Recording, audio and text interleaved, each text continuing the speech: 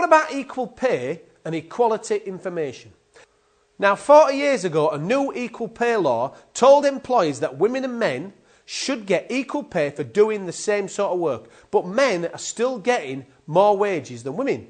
Now, to put this right, we need to know what is happening.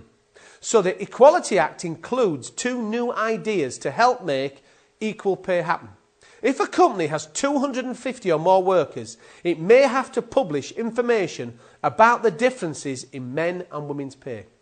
And the Act also enables the government to tell public bodies to publish information about equal pay and how many workers it has who are disabled or people of different races. And the government plans to do this for public bodies with 150 or more workers in there. So you've got to publish. This is identifying if you have got discrimination. Now, the Act also stops employers telling workers they must not talk to each other about how much they get paid. You can't say, you're not allowed to tell how much you get paid. Now, how can you use positive action to increase diversity in your workplace? Now, even when people of different races and women do well at school and college, they do not necessarily get fair share of the top jobs. For example, only 15 members of Parliament are people of different races. Now, looking at the diversity of this country, there should really be 60 people. Only 3 top judges are people of different races. Fewer than 1 in 6 of every top people in universities is a woman. Now, to be fair, 3 out of every 6, 50% should be women. Only 1 out of every 10 top people in big companies is a woman. Now, the law already lets employers do some kinds of positive action. Job adverts can be aimed at people of different races, women or some other groups if an employer wants to make their workforce more diverse because they do not have any or enough people from these groups. Now, employers can train women, people of different races or people from some other groups to give them more chance of getting a better job with that employer. Now, they can only do this when they have, for example, too few people who are black or too few women in their workplace. Now, the Act makes it easier for employers to use positive action, and it lets them choose a person who will make their workers more diverse. Now, when choosing between people who are right for the job, so that's the thing, when you're choosing people right for the job, you can look at diversity and then you can decide who's best for that job. For an example, a company needs a new person for one of its top jobs. All its other top jobs are done by men.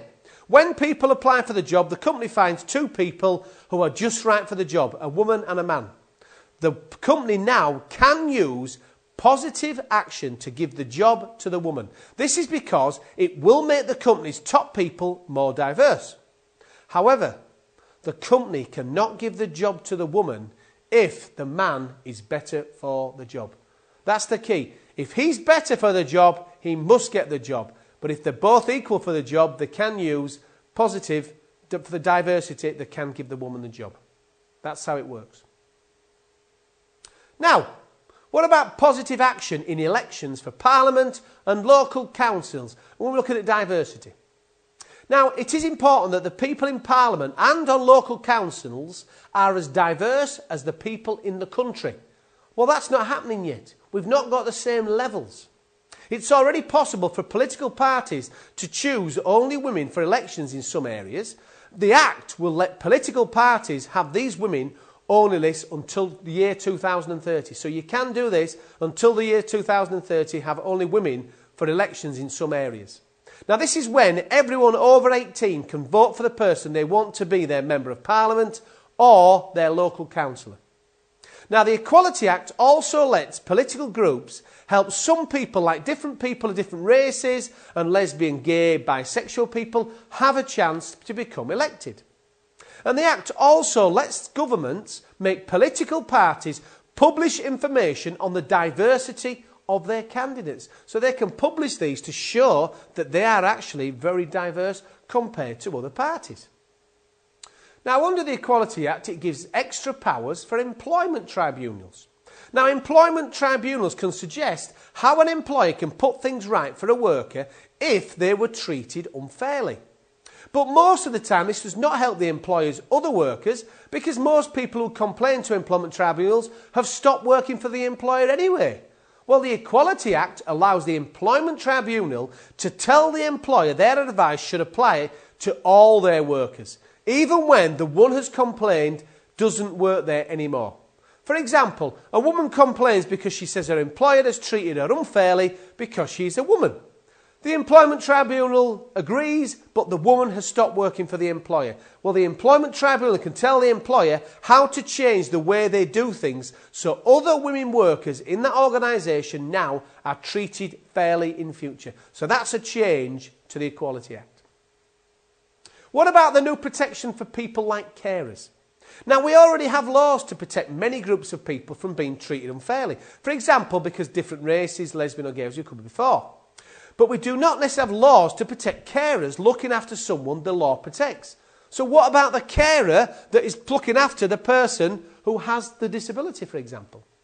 Now, under the Equality Act, carers of disabled and older people, for example, do now get protection. For example, a company is looking for staff. A woman who has a disabled daughter applies for a job. The company must not turn her down because they think she will take too much time off work to care for her daughter. So do you understand? So now you're getting an opportunity where the carers are protected under the Equality Act. You're not allowed to discriminate because they are caring for somebody else. How does the law look on people breastfeeding, ladies breastfeeding? Well, the government supports women who want to breastfeed their baby. But many women do not know what the rights are. And as a result, many women do not breastfeed their babies in shops, cafes and other public places in case the owner asks them to leave. So the Equality Act makes it clear that it is against the law to stop a woman breastfeeding her baby in places like coffee shops, buses and restaurants, or to ask her to leave. It's against the law. For example, a bus driver can now not ask a young woman to get off the bus because she's breastfeeding her baby. You can't do it. It is against the law. What about taking equality into clubs? The Equality Act makes it against the law for clubs which are for everyone to treat members and guests unfairly. We know that it's good for some groups of people to have their own places where they can meet and enjoy themselves. And that is why the Equality Act does not stop women-only and men-only clubs, or clubs for people who share a characteristic like their age or religion or belief, like an over-60s club. You can still have an over-60s club or a men-only and women-only club. You can do that. For example, a golf club with men and women members cannot let men play at any time while women can only play in the mornings. Now, because you let them both play, they both must be able to play all the time. It's not just a men-only club, it's not women club. You can't say women can play only at certain times, men can't. You can't do that. A club that lets members bring their partners cannot say disabled partners are not allowed. So, in other words, if you can bring partners, someone can bring a disabled partner. If the building is difficult for disabled people to use, the club must now make fair changes so disabled people can use it. So if you haven't got good access, you must look at good access. And that's how they're bringing this equality into clubs. What about better protection for disabled people?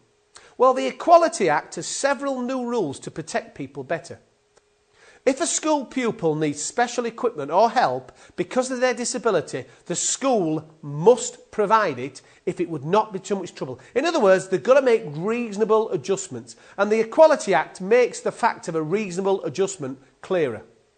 Now, these are changes, the reasonable adjustments, these are changes an employer or someone providing a service has to make so that disabled people can do something, like getting into a shop to do the shopping, or a council or a bank, sending information on the best ways for them to use, for example, like in large print or in easy-to-read words. Now, talking about easy-to-read words, is this sign okay? Look at that sign. Is that appropriate? No. So look, when we're talking about reasonable adjustments, you've got to look at costs, because costings do come into it. What are the costings of reasonable adjustments? Now, sometimes when an employer or someone providing a service makes a reasonable adjustment so that a disabled person can do something, it will cost them extra money. Now, the Equality Act says that most of the time they cannot expect the disabled person to pay them the extra money back. In other words, they should take the hit on that. They should take the hit. They can't say, we're going to charge more for disabled people. So the cost of reasonable adjustments, unless you've got a good reason, you should not be able to pass that on to the disabled person. Now, when we're talking this, you've got to make information accessible for disabled people. Disabled people need to be able to understand the information they're sent by people like the council or the banks so that they know what to do. And this is classified as a reasonable adjustment. Send the information out to them. They need to know what they've got to do. Now, disabled people in buildings with shared areas. If a disabled person lives in a building with a shared area, like stairs and hallways because they're shared, the disabled person can ask the landlord to make any fair changes so that disabled people can use them. So if you've got shared areas, can we have ramp access? Is it a reasonable adjustment? You've got to look at that. Now, what about treating disabled people poorly without a good reason? Now, some court decisions have made it harder for disabled people to show that they've been treated poorly because their disability makes them do something. However, now the government has used the Equality Act to make it easier for disabled people to get their rights again. For example, a man's disability makes him mumble his words and is thrown out of a pub because the owner thinks he's drunk. Well, the owner breaks the law if he knew that that man was disabled and has no good reason to ask him to leave. In other words, he wasn't drunk, he was mumbling. You thought, if you knew he was disabled, that is against the law what you've just done by asking him to leave. That's where the note of the law comes in with the Equality Act. Now, what about pre-employment disability-related inquiries? In other words, asking someone about their disabilities. When a person applies for a job, the employer can ask if the person's disabled, and if they say they are disabled, the employer might not give them the job. Now, this is unfair. The Equality Act will make it harder for an employer to be unfair because it says that they can only sometimes ask if a person is disabled. So there's only sometimes you can. For example, an employer might need to know if a person is disabled so they can make changes to a test or a job interview. You've got to have a reason for it. In other words, if you're going to ask if this person's got a disability, well, now you've got to justify why you're asking that question. So you've got to be very careful what you ask people. Now, dual discrimination is when someone is treated worse than other people because of a combination of two things. So not just one, two things. And it might be a combination of being a man, a woman, transsexual, lesbian, gay, their age, their race. And the law, the Equality Act, makes dual discrimination against the law. For example, Mary works for an employer who treats black men and white women fairly, but treats Mary worse because she's a black woman. Mary is discriminated against because of the combination of both being a woman and because she's black. Do you understand? So sometimes they've got dual discrimination. And this is dual discrimination, and the Act does protect Mary. Now that covers the main principles of the Equality Act 2010. Now what I'm going to do is focus on two areas. I'm going to focus on disabled access into buildings and disabled egress, because companies need to understand what to do. If they're going to allow people in and give good access, inclusive design, they've also got to know what the law is regarding getting people out. How are you safely going to get people out of buildings? And if you're not going to get them out of buildings, how you can make them safe in your workplace. So now that's what I'm going to go on to.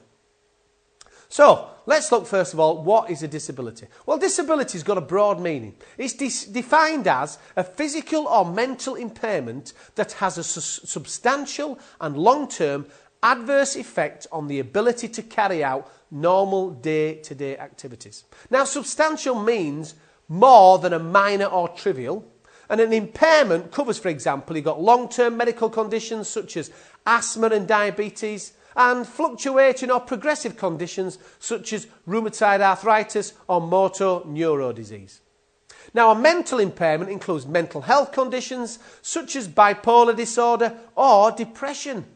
Severe depression is a disability. You've got learning difficulties such as dyslexia and learning disabilities such as autism and Down syndrome. Now, some people, including those with cancer, multiple sclerosis and HIV or AIDS, are automatically protected as disabled people by the Act. Now, people with severe disfigurement will be protected as disabled without needing to show that it has a substantial adverse effect on their day-to-day activities. So if they've got a severe disfigurement, they are automatically classified as disabled. They do not have to demonstrate it's going to affect their day-to-day activities.